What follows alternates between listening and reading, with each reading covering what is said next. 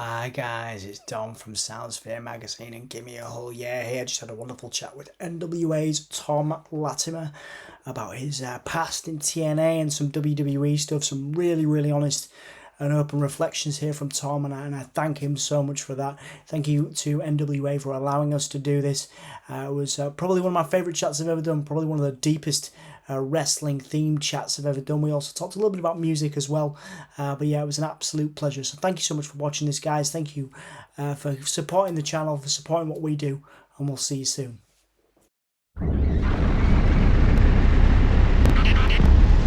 It's a pleasure to sit down with you, man. I've wanted to actually speak to you for a very long time because you've been through quite a few changes in your career. You've been through quite a lot, and I'm interested to ask you about what success means to you, because you've done a lot of things. You've been through TNA Impact, you've been in the WWE system, obviously now with NWA at the top of the card as well, and you've been all over the world. So how do you define success as a person and then as a wrestler as well? And are the two different or are they the same? It's a good question. Man, I don't know. I think the older I get, the more my notion of success or the reality of what is achievable, all that kind of stuff changes. I when I was a kid, I wanted nothing more than to be a professional wrestler. I watched on TV and I instantly knew that was what I wanted to do, no matter what. And even though it was an impossible task to get to WWE, because obviously that's all that I ever thought there was, especially when I was 12 or whatever. But I mean, I just knew, and I just knew deep down I was going to get there. And and it's horrible to say, and there's a lot of guys that I've been around that are kind of the same way, that have stepped over their own mothers to get that contract. It was everything. Yeah. They'd have sold an arm, or chopped a limb off, Yeah. and that can destroy a lot of people. So there's a few guys that I know that have always been like that, and they get real bit, and years later they're still not hired. It eats them up. But for me, I have to sort of put myself in the 12-year-old boy's shoes, because it's very easy for me now to sit back and go, well, I blew this, I blew that, I was given these opportunities, I messed that up. It'd be quite easy to be down on myself. However, I do, like I say, sometimes just take a step back and look from the outside looking in. I'm just some idiot kid from Chesterfield, and I've been able to accomplish a lot of things, and been able to travel the world on someone else's dime. And it's obviously, I look at some of my friends, Drew Galloway, Jinder, guys like that, and they're all guys that did it the right way, and they're all guys that I wish I could have followed suit. And I ended up deciding to take the long way around. And their lives are a lot more different to me.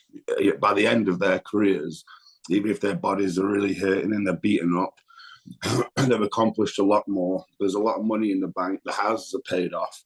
So those are all the things that now at 36, I know that I've got a short window left. I'll never be able to achieve any of those things. I'm never going to go to WrestleMania. But at least I can try and make the back end of my career noteworthy, and for it to be something that now that I'm sober and have my priorities in check and freshly married again, I'm a different person to what I was then. So if I've only got 4 years left of the job, or whatever the case may be, I want to make sure that that's the last imprint on the business I leave for me is all positive, and it was how I should have done it 10, 12, 13 years ago. So success is a weird one. Like I said, if the 12-year-old me would be super elated with the people that I've wrestled, the places that I've been, the companies I've worked for, the 36-year-old me now is upset about how I acted in the past, the way I can be perceived. There's a lot I wish I could take back, and a lot I wish I could just erase. I wish I could redo the last 11, 12 years of my life, but I can't. So yeah, I guess for me, success would be walking away from this job, knowing that the last bit of my career was how it should have always been. Hopefully that's how I'd be remembered. and you know, to be happy and content, and then also to be happy and content, you know, working at Walmart or you know, weed eating. I don't know, like whatever is next to me, because obviously you can only do this for so long. So yes, that's kind of a roundabout way of trying to answer your question. It's a tough one. There's a lot of elements to it. I know that for me, success would have been, okay, I did a few WrestleManias, I got an action figure, I was in a video game, you know, I've got a house that's paid off, I've got a nice car. I don't have any of those things. So just for me, just having the mind that I have now, and being healthy in the mind, and as healthy as I can be in my body, I guess that for me is going to be success now. Yeah, and I really appreciate your honesty there, Thom. I mean, there's some stuff that you mentioned, you said there, you know, like you were like, oh, I should have done things this way, I should have done things that way. But I don't know, it strikes me like you've kind of gone your own path. It's easy to compare yourself to other people and go, oh, you know, I could have had more money, I could have done this. But dude, like you went from Chesterfield and you traveled the world and you're able to live in a different country and make money, you know, however much money it is, achieving what was your dream as a 12-year-old. I mean, you know, Yeah, that's pretty freaking cool, man. You did exactly what you said you were going to do at 12, and at 36, you're still doing it. You're like, you might, yeah, like, okay, yeah, maybe not a WrestleMania or anything, but like you've been at pay-per-views all over the world, and you've been able to change, and I'm sure you've changed people's lives, whether that's a young wrestler or people that have come up with you, or, you know, and you certainly don't seem like a dickhead. So, you know, that's something, there's a lot to be proud of there, man. I don't know how that feels like for you, but that's like something in that, man.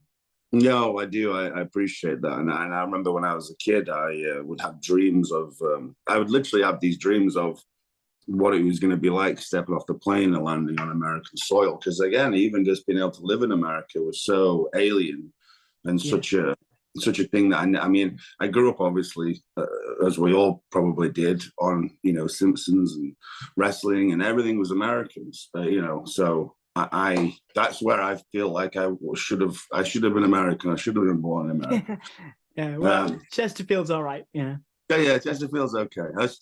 My dad still lives there, my uncle, so I still go, but I'll be going back in December. But you know, yeah, it's all that stuff was a dream. I think it's just, I feel like when I did finally get hired by WWE, and I went, whatever the thought was, or whatever I thought it was going to be, it wasn't. Like you know, you watch things on TV, right? And that's how you kind of take it. I just thought everyone must be having a great time. Everyone's best friends with each other. There's no stabbing each other in the back. Yeah, you know. And then when I got there, I was like, oh man, like it was. I'm sure it's changed, or it's not like that now. But even on the walls, it would say like, you're not here to fill a spot, you're here to take a spot. Yeah. And it was, you know, kind of more or less, whether it was discussed or not, you just knew there was a lot of you know, backstabbing and politics and sort of stuff that wasn't. I always viewed it as like, I want wrestling to be fun, and then obviously it's a job, so there's going to be that kind of stuff. But it was the first kind of eye-opening experience for me where I went, oh wait, this isn't at all what I thought it was going to be. I mean, I grew up as an Attitude Era kid, and it couldn't be any further from that when I walked in there in 2010. And so I think, in a weird way, even though it was what I thought it was going to be in my mind, because it wasn't, I think right then and there, my dreams, or the illusion of what I presumed it was kind of crushed.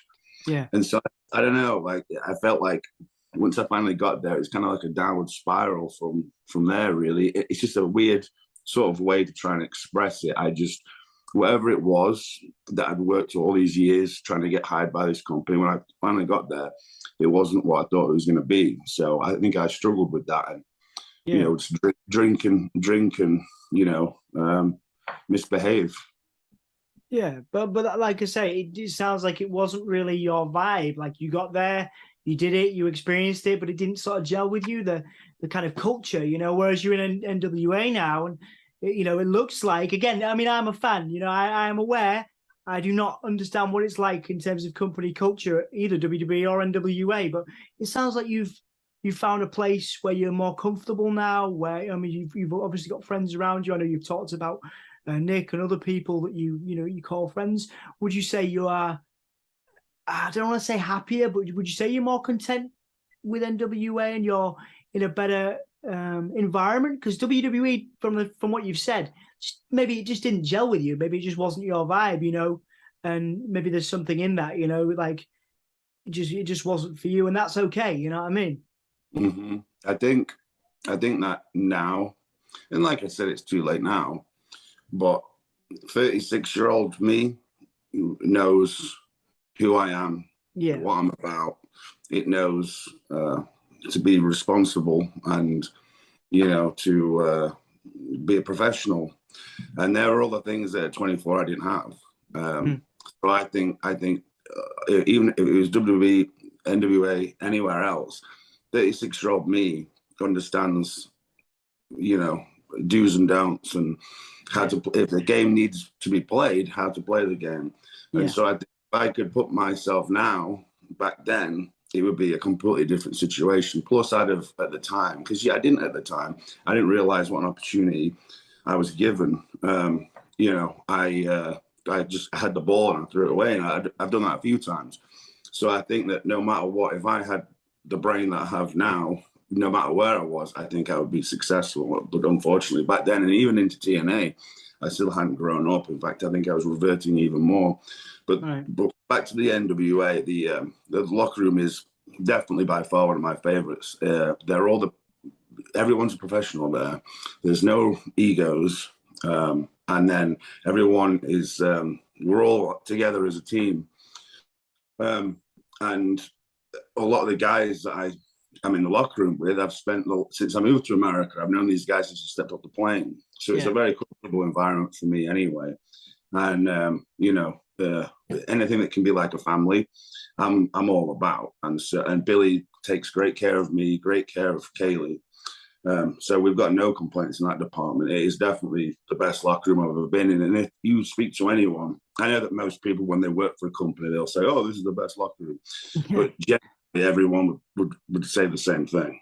Yeah, no, it's really good to hear, man. It's good to hear you're in a good place because you worked along. We worked hard. Even as a fan, I can see that. Again, following your career from TNA and doing that, you worked really hard to get here, and you've learned a lot of stuff. And I think that was my next question. You've answered some of this, but like, what have you learned about yourself from the beginning of your career? Like, what are the key things you've learned about yourself from the beginning to where you are now? Like, what are the things that you're proud of, that you've again, you mentioned, like, because you wouldn't have been able to realize, like, some of the things now without going through that stuff you went through. You know what I mean? So there's a great deal of respect from me to you across the other side of the world, because you went through that stuff, and here you are still doing it. You know what I mean? You could have, you correct me if I'm wrong, it could have gone a very different way. You could have ended up in a really, really bad place at 36, whereas it seems like you're in a healthy place, for me anyway. But my question is, sorry, I apologize, I went off on one. What have you learned about yourself from the beginning of your career till now? What are the key things that you are proud of, that you've learned about yourself? I think that I'm still figuring myself out. The clearest I've ever been, probably, I don't know, it's kind of weird. Like in wrestling, there's been a lot of things I've been proud of, where it was signing with WWE or having a Raw loop one time and being on the road with everybody, and then the stuff that we did at NXT, which was the first time it was showcased in the way it is now. TNA and the UK shows, wrestling at Wembley Arena. My dad came to see me there, and there's those moments there that were really, really cool. I've had to wrestle Matt and Jeff Hardy a bunch there, and they were my favorites as a kid growing up. So there's a lot of cool things for me. I think that really the last 3 years when I left TNA, I went back to the UK and I just wrestled predominantly on the independent circuit there, and I could make an okay living. And then sort of that, by year in, I started to sort of wear out my welcome, and I thought I need to go back to America, and my green card could expire and things like that, but I had nothing to go back to. So when I moved back, I started helping train people at Crimson's Tried and True Wrestling Academy. But and that was something that bred fresh life into me, because when I was in the UK, or when I go to Germany or wherever, I do seminars and sort of teach for 3 hours before a show.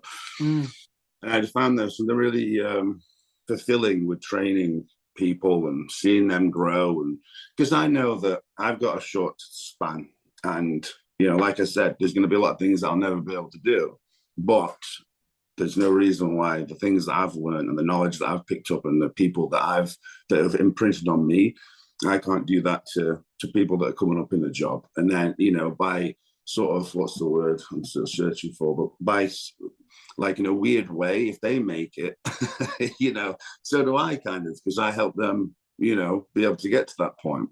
So in a weird, selfish way, it is kind of selfish. But at the same time, it makes me feel good being able to show people stuff and help people, and also advise them on the do's and don'ts. Don't be like me, and don't get arrested. Don't do this. Don't mess up. Especially now in today's world, there's no second chances. There's no forgiveness. And so, being able to sort of express that and train people, and like I said, it bred fresh life into me. And then once I was trying for a year or two when I was in the UK to get sober. But it was just impossible. And when I finally moved back here, again, I sort of was in and out of drinking a little bit when I first, and then when me and Kaylee got together, there was a time when I went to Vegas. It was the last time that I had a drink, and that's in November. That'll be 3 years.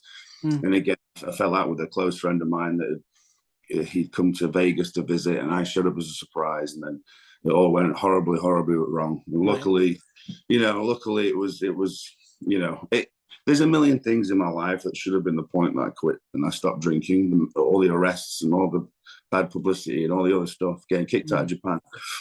But I don't know, it was just at that point, I just had enough. I knew that Kaylee felt the same way too. She wasn't going to be hanging around if I was going to continue acting like a fool. Yeah. And so for me, it was learning.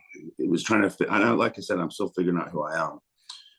More like who is Thomas Latimer rather than the wrestler. But I do feel that, because when you quit drink, there's no crutch. You can't lean on anything. There's no escape. Whereas before, I could just suppress and bury emotion and bury feelings because I could just be drunk. Who cares then? Yeah. So it was kind of like I had to sort of get to that point where I could look at myself in the mirror and start to learn to love myself.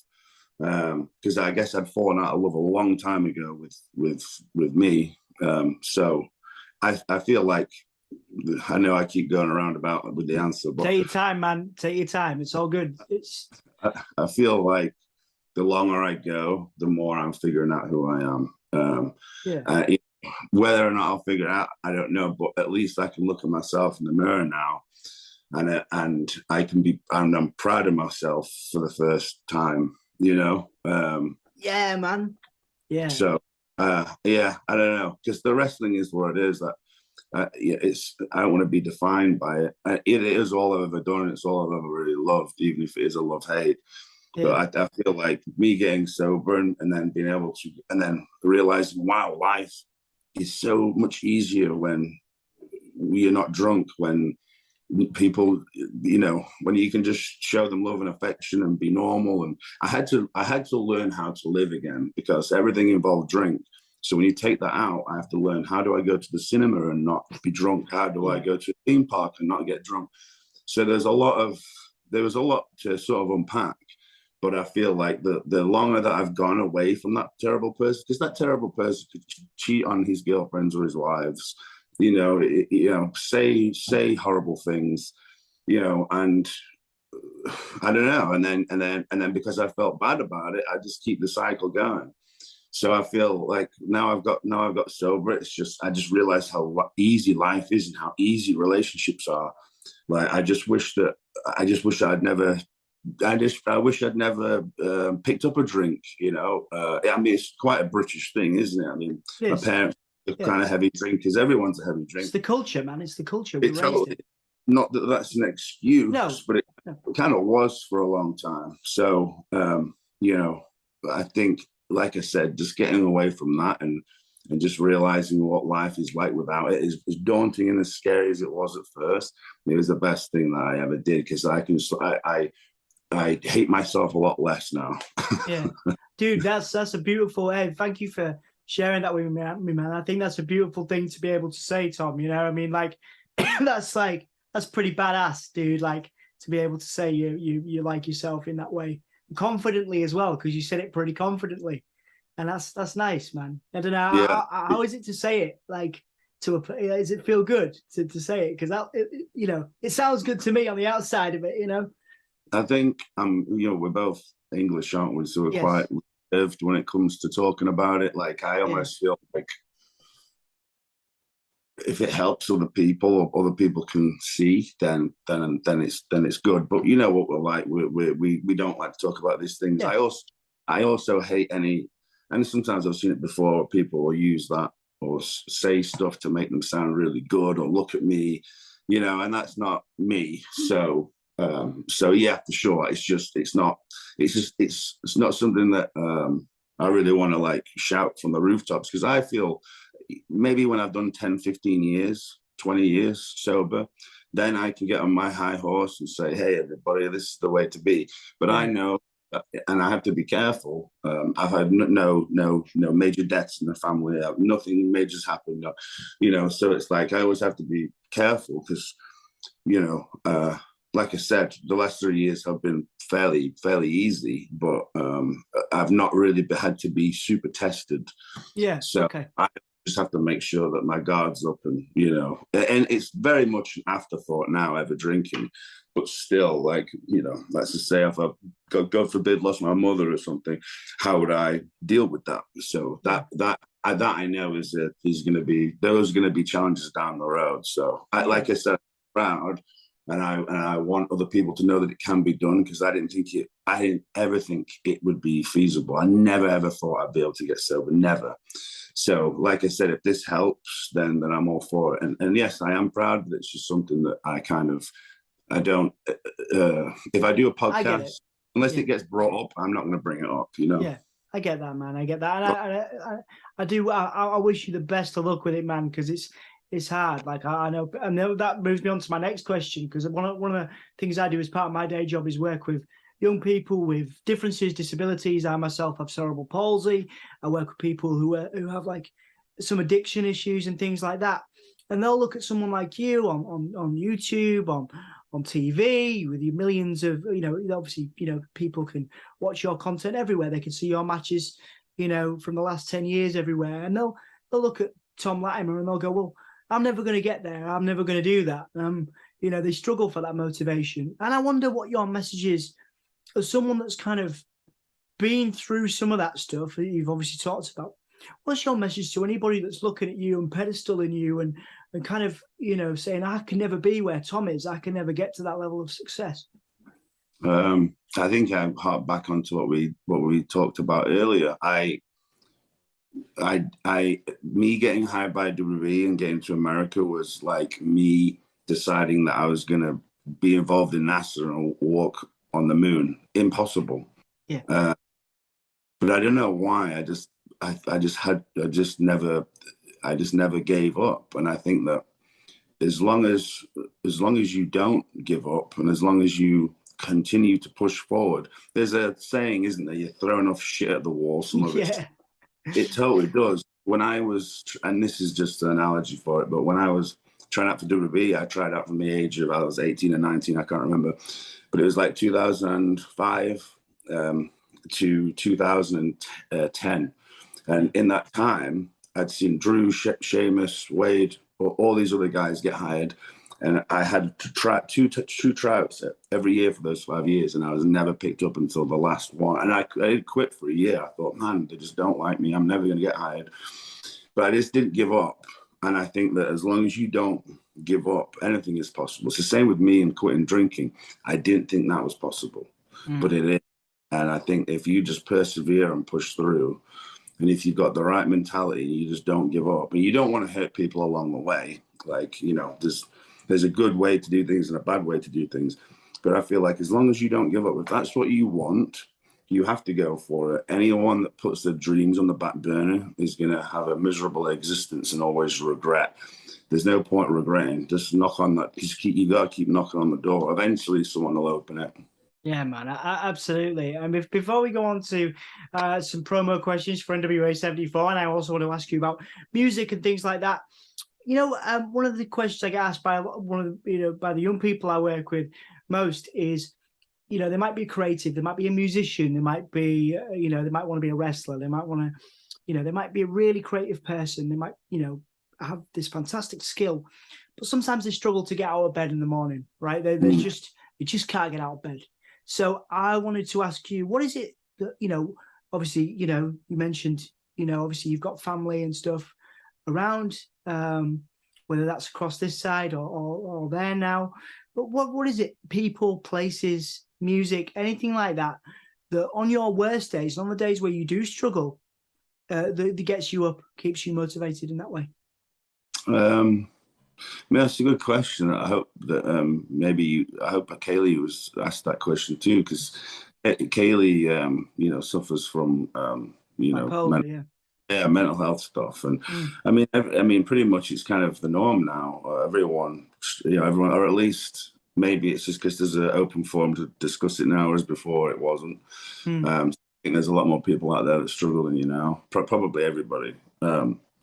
So I know that she goes through a lot of the stuff, and I witness a lot of her stuff. And so, and I have to learn to figure out that kind of stuff too. Because for me, if I have a day where I don't want to get out of bed, and this is the thing too, it's like we're both very blessed to be in a position where if me and Kaylee don't want to get out of bed today, we don't have to. Yes, I run a wrestling school, which is this, by the way, FXC. Cool. Yep. 3 nights a week.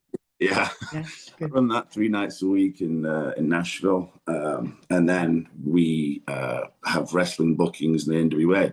But besides that, like our schedule is fairly light, so we're very, very blessed in that aspect. But that can then also make it hard because you don't have something to get up for, then it makes it even harder. Whereas for me, if there's days where I don't want to get up, or there's days where I'm depressed, there's days wherever, let's just say I look on the internet or get tweeted something, who knows, right? But it's it's easy for me, especially now that I have to deal with my emotions. They're a lot more on my sleeve than they used to be, because before I hide them away. But I always think, man, it could be worse. And that's what helps me, because for a while, over sort of COVID, I picked up a job running people that had hospital appointments that didn't have cars and things like that. I run them to their appointments in Nashville and whatnot. So it's kind of like a taxi service, but just to get to the hospital and the doctors and things like that. Oh, that sounds awesome, man. There was a guy that was in the back, right? And he was the happiest guy I'd ever met, right? He had no legs. He'd recently lost both of his, he was homeless. He was sleeping in a car in Nashville. And it was when it was a really frosty night, it snowed, and he got frostbite and they cut off his legs. And he's in the back of my car telling me all about it with this big smile on his face, because he's going to go get his prosthetic legs. And then he's in a warm bed for the next few nights, and they're going to try and help him get an apartment. And he couldn't be happier. And I thought, this guy's just lost his legs. And I think, well, how dare I ever be down and mopey about my career or how I'm feeling about myself, all these things like that. I'm like, how dare I? Oh, my back hurts. Well, this guy here has got a big smile on his face. He doesn't have his legs. So I sometimes think about that, or I just think it could be so much worse. And we're super blessed. So that's what helps me. Kayla's is slightly different, just because chemical imbalance and things like that. Yeah. So, it's a little bit trickier when it comes to that, because mine's more sort of generic. Everyone kind of gets down and grumpy, and that's kind of mine. But again, if I don't have anything going on, I'll still structure my day around the gym, and so that's a big it's like therapy for me. Even if I don't want to go, and 99% of the time I don't want to go. Yeah. But have to go, and then once I go, even if I end up just walking around, get on the cardio equipment for 5 minutes and leaving, at least I did something. So I feel you do need to have some sort of, and like, even if it's just working out, or even if it's taking your dog for a walk, or something to be able to get outside, and something to, for a reason to be able to give up, to get up. Like you have to, I guess you have to sort of make small little goals and try and achieve them every day, because it's super tough, especially when you're dealing with imbalances and things like that. Like it's a whole different ball game. So it's very easy to me to say, oh, these things might help, but they probably won't. They're just what helped me.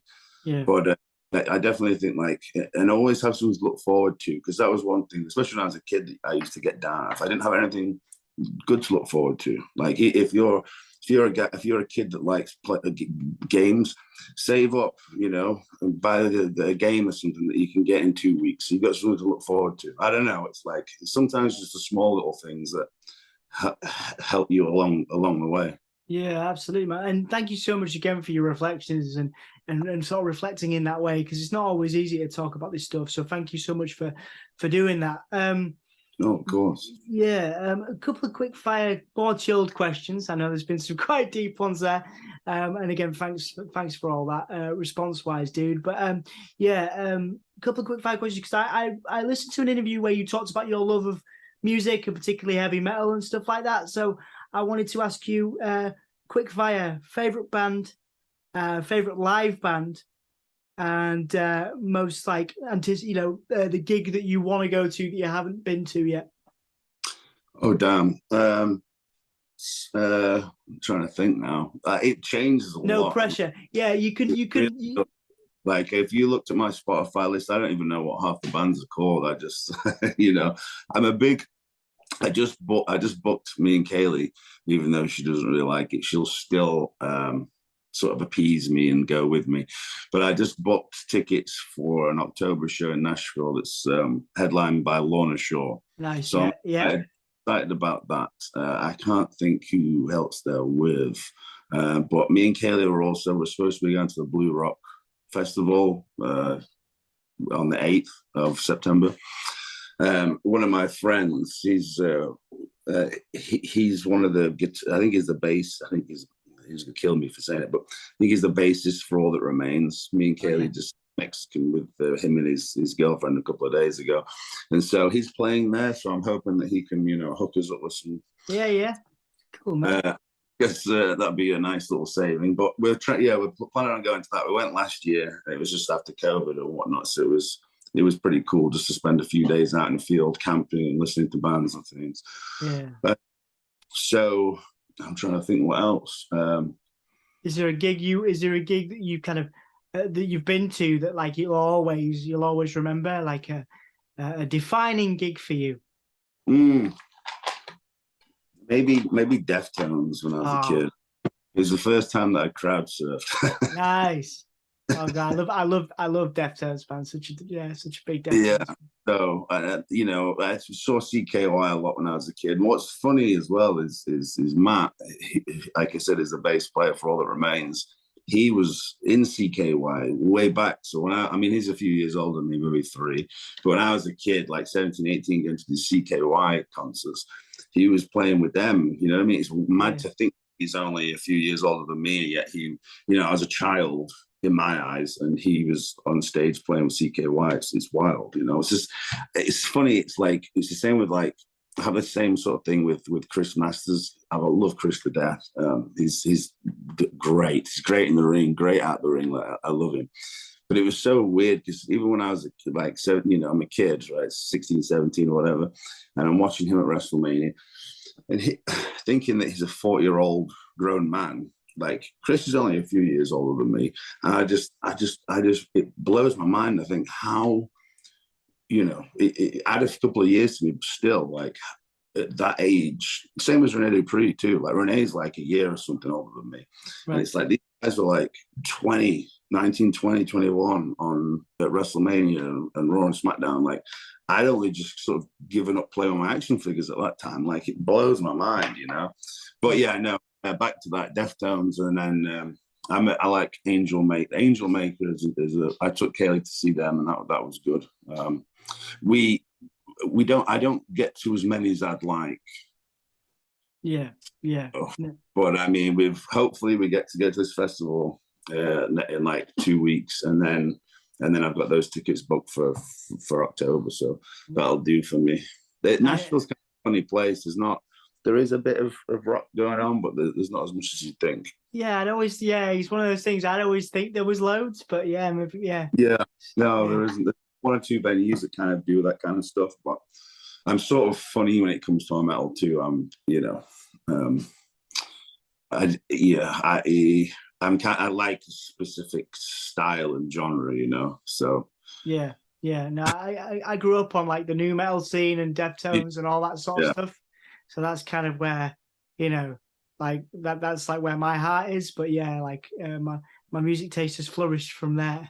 But oh, so yeah, yeah, I'm with all sorts now. I mean, I was listening to Radiohead today, and class. Yeah. and Justin Timberlake, whatever. Like I can pretty much listen to it all. I'm just not I'm not a jazz fan. My dad's a big jazz fan. I'm not interested in that. And R&B, I'm not bothered about either. Yeah, But pretty much the same.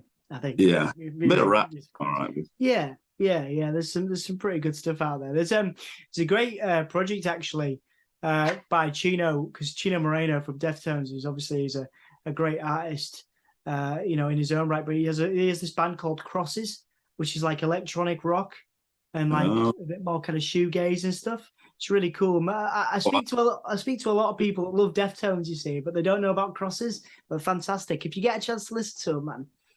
Oh yeah, totally. I will. I had no idea. There's Rammstein as well. The lead singer from that, his solo stuff. I can't remember what Lindemann or something like Lindemann, that. yeah, it's called. Yeah. That's great. Yeah. I do love a bit of Lindemann. Yeah, it's good stuff, man. Thank you for letting me into your music taste as well, dude. I appreciate that too. Well, only a few people. I mean, at least you know who Lorna Shore is, but yeah, man. I've got, besides Dragon Kaylee there, I've got no friends that will go with me. So look at Kaylee. Kaylee appeases me. That's good. That's the sign of a good partner, man. All right, a few more questions. Then we've got some promo questions. Obviously, NWA 74 is coming up. You are heading into a feud with Judas, obviously, who has Father James Mitchell by his side as well. How are you kind of going into that? Because again, you've got a lot of history with, like I say, you've probably go quite far back with, Father James Mitchell, and there's you've got a lot of history in the wrestling business. So how are you approaching this, and how are you approaching NWA 74? How are you feeling about it at this point in your career? I'm excited. I think everybody is. The one the year before was really, really good, something special. And so I think we all want to keep that momentum going. Going into my match, he's a big boy. He's so I've watched him enough. Been around him enough. I don't take him lightly by any means. He's got something to prove, and so do I. I need to be able to show Billy and everybody else that I can hang and bang in the main event scene. So for me, he's just another stepping stone to be able to prove that I am who I say I am now, and that I can back it up. So, and I've said this before, I think someone else asked me, but I've seen now JTG, right, is a big, he might appear small, but he was in the land of mega giants back in the day, because JTG weighs more than me, right? He's a big dude. And I saw him get choke slammed, by the big man. So I'm fully aware that he could toss me around like a rag doll. But I feel like if I win, I should really reach out to Billy and sort of add a new stipulation that if I win, I get to have Father Mitchell as my manager, because I feel like we would what's the word? Click. We would click and sort of complement each other. I mean, he's a guy that's probably covered in upside down crosses and pentagrams too, Absolutely, man. I wish. So hopefully I could pinch Father Mitchell, but no, I always go into it, expecting the worst. But again, it's like it's go time. I've only got a small amount of time left, and so anyone that steps in my way, it's unfortunate for them. Absolutely, man. Well, I wish you the best of luck with it. It's going to be a great show for sure. A couple more questions there. And obviously, fans in the UK, obviously, you can check it out on YouTube, NWA, but also on Fight, where NWA 74 is going to be. What is the message that you have then for your fans in the UK over here that have supported you from the beginning of your career all the way back, right through to now? What is your message to those people, family, friends back here in the UK, and just fans of your wrestling career, who have always got behind you and will continue to do so? I mean, the first thing is big thank yous to everyone, because I know it's been trying, and so when people, and I find out people have had my back and do think sort of positive things, like it really helps me. It's no one wants to be around negativity all the time or be fed negativity. So definitely a big thank you to everyone who has supported me and has stuck with me over the years. And me and Kaylee are coming back. We're back visiting my parents in December, but I think we've got a few things lined up there in the UK. So I guess keep your eyes peeled for. I think I will working for UPW and Exposure Wrestling, and then maybe one or two others. And I'm sure that we'll end up tweeting it or putting it on social media or whatnot once the time's right. But yeah, we're excited to come back. So if you do come to any of the shows where me and Kaylee will be, it'll be the first time that Kaylee's wrestled in the UK. Chances are she'll be defending the NWA Women's Championship there. So it'll be history in the making, I guess. So if anyone, does want to come out or come say hi, please do so, and it'd be good to see everyone. But yeah, ultimately, it's just thank you for sticking with me. Absolutely, man. And Kaylee did mention that you're coming back and that you wanted to go to a theme park, and me and Kaylee were. I've been to a few theme parks in my time, but I couldn't remember the name. Alton, of course. Yeah, Kaylee did say A, and I was like. And I just couldn't, in the moment, I couldn't figure out, like how you are with like bands and stuff. I was like, I couldn't work it out. And of course, Alton Towers, there you go. So you're going to go to Alton Towers. That's great. It's shut though, December. It's shut, isn't it? All right. Shame. Before we finish up the plugging bit, is there anything that you feel like we've missed? Anything you'd like to plug that's going on that you want people to know about? I guess if it's okay to plug the FXC Please do. And that's FXC Wrestling Network.com, I believe. And there's a Facebook and things like that. And then other than that, there's a few things that me and Kaylee are associated with. If anyone likes chicken and you live in America, Chicken Pound, use code Latimer for money off.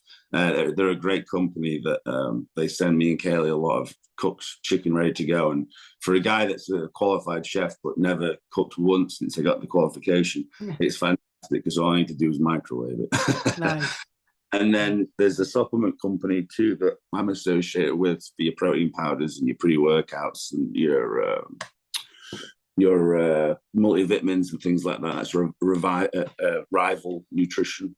And then again, the code for that is Latimer20 for money off your protein powders. And I'll say this: I know that I'm with that company, but they do have the tastiest protein powder I've ever had. And I have a lot of protein powder, so I want it to taste good. And thank the Lord, theirs does.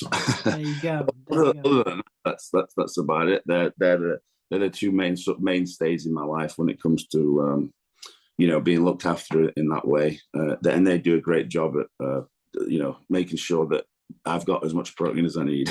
Absolutely, man. Well, dude, honestly, thank you so much for your time tonight. Really appreciate it, man. Thank you for your honesty as well and your reflection. Like, I've really enjoyed talking to you, man. I look forward to doing it again sometime.